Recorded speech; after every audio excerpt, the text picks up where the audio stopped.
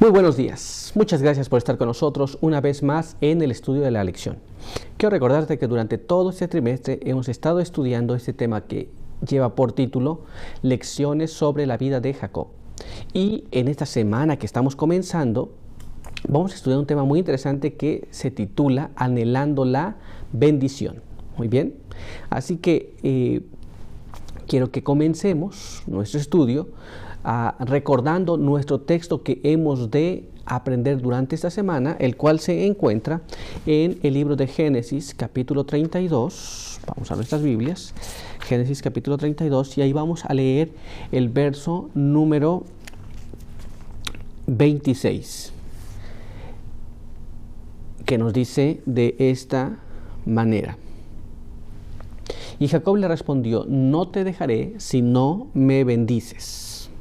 Muy bien, con este pensamiento quiero invitarte a que tengamos una oración. Me voy a arrodillar aquí, si te es posible a ti también, así hazlo. Oremos.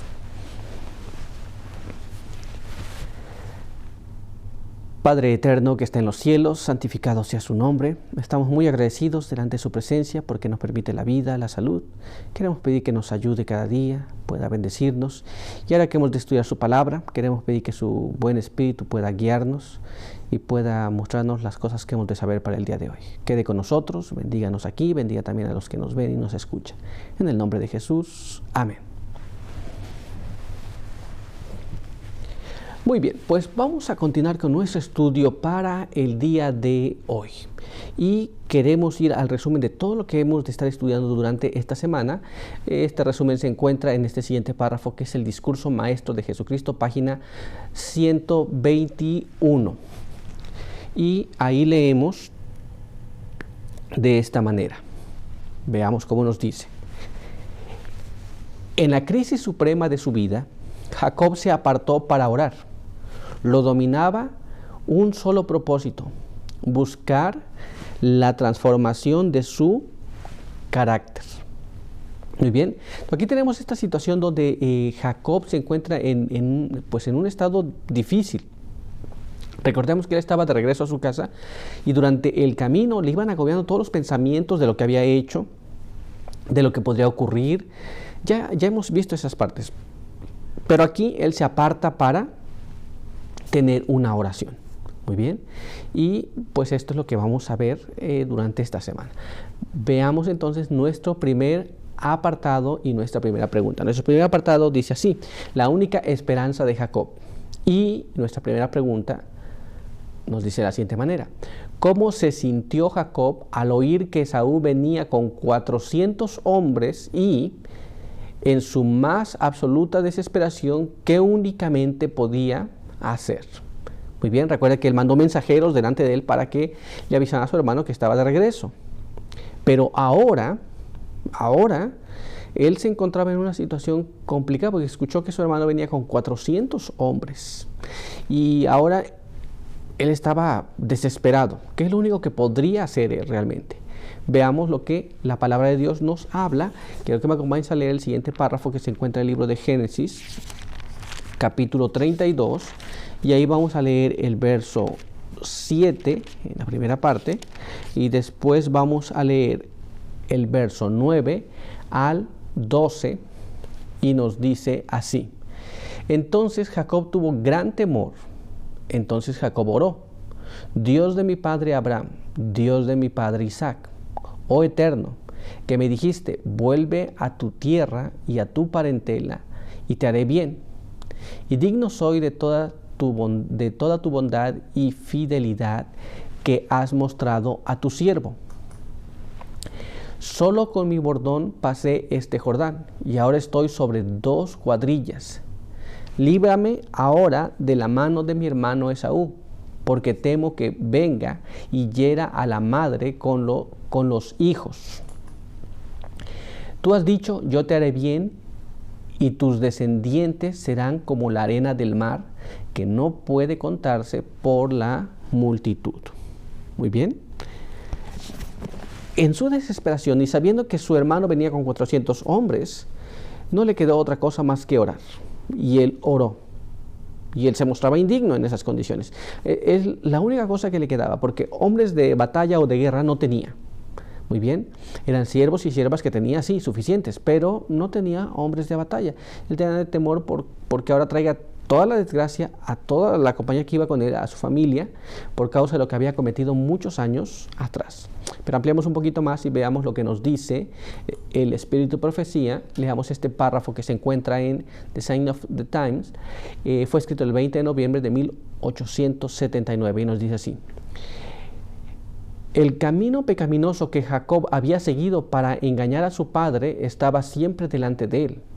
Sabía que su largo exilio era el resultado de su propia desviación de la estricta integridad, la ley del deber. Reflexionaba sobre estas cosas día y noche. Su conciencia le acusaba y hacía su viaje muy triste. Entonces recordemos que él siempre estaba recordando estas cosas, pero mientras estaba caminando de regreso hacia su casa, estaba recordando estas cosas, lo que había pasado, todas estas situaciones le estaba abrumando cada día. Muy bien, pero hay más todavía. Veamos lo que nos dice este siguiente párrafo. Cómo anhelaba volver a pisar el suelo donde había tropezado y traído la mancha del pecado a su alma. Antes de su transgresión, tenía un sentido de la aprobación de Dios que le hacía valiente en las dificultades y alegre en medio de los problemas y las tinieblas. Es un sentimiento que muchos de nosotros podemos experimentar, ¿no? Muchas veces cuando tenemos una situación como esta, o hemos errado, ya sea que sabemos o ya sea que lo premeditamos, muchas veces deseamos volver a retornar al tiempo donde cometimos el error y no cometerlo, porque sabemos que cuando cometemos el error no tenemos la aprobación divina. Así que Jacob sentía exactamente la misma situación, pero no podía volver en el tiempo.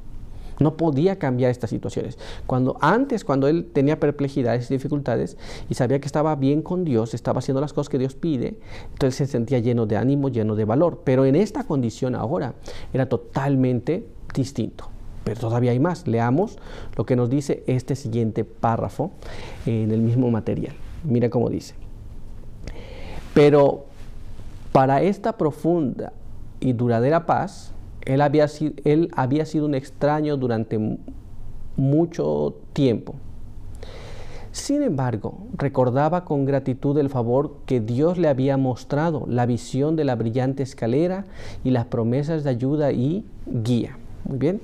Entonces, todas estas cosas le abrumaban, el engañar a su padre, el robar la primogenitura, el tener que haber sido exiliado, el no estar bien delante de Dios, todo esto le abrumaba.